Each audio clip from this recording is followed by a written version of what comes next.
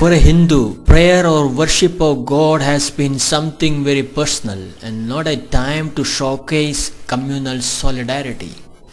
The Vedas enjoins Hindus to worship a sacred fire kept burning eternally in each family.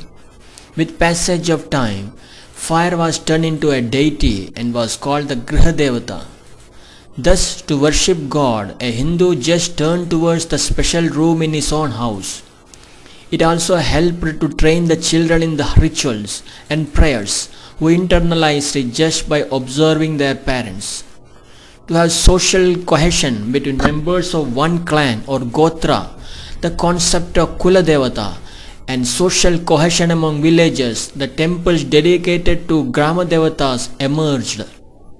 Thus, for a Hindu, a temple has been a place where one gets absorbed in divine ambience, providing solace. For him, a temple is a repository of unbounded peace. The silence and divine atmosphere inside temple helps to concentrate well on God. But with the passage of time, all this seems to be a thing of the past. With the collapse of joint families and emergence of nuclear families, the Griha Devata and Kula Devata became casualties. These temples during the course of time got bracketed with the rest of the village temples. Existence of too many temples in a village ensured that a good many of it were unattended. With India achieving independence, states have gradually increased their control over temples by enacting various laws. The new management with development as agenda brought in modern marketing techniques to attract devotees and tourists from far and wide, who flocked the temples located in exotic places, turning it into an ocean of humanity. He started creating issues related to sanitation and hygiene. Worship of God in those temples has become unsustainable, putting off many genuine devotees who look forward to have intense moments of prayers. The biggest casualty is the new generation, who stands deprived of a place to learn the ways of worship in a natural way. They are a confused lot. For their sake, it is high time one either reverse the flow of events or find alternative temples. Chamarajanagar district in Karnataka has many famous temples like the one in Malle Mahadeshwara Betta, Bannari Amman, Biyar or Talakkadu. If you happen to travel from Bangalore to Chamarajanagar via Kanakapura Kollegal Road, spare a few minutes before rushing ahead when you reach Yelandur. If you take a left turn after Kandahalli village, what awaits you will take your breath away.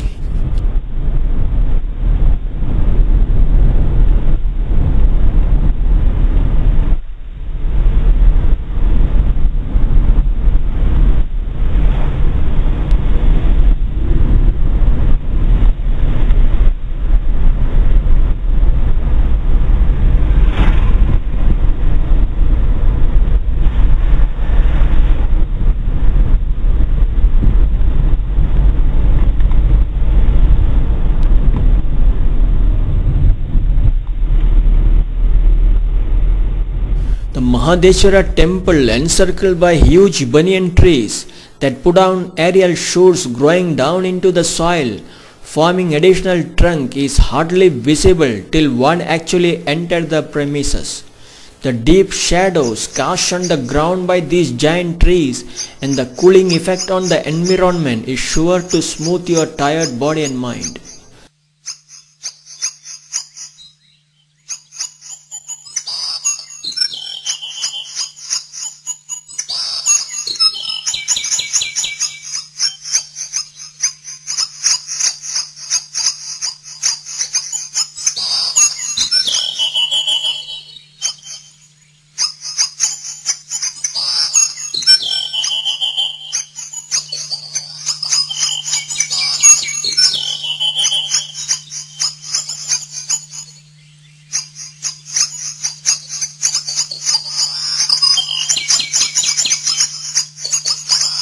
The temple located away in the corner of the campus is the renovated one on the original structure that was constructed hundreds of years ago.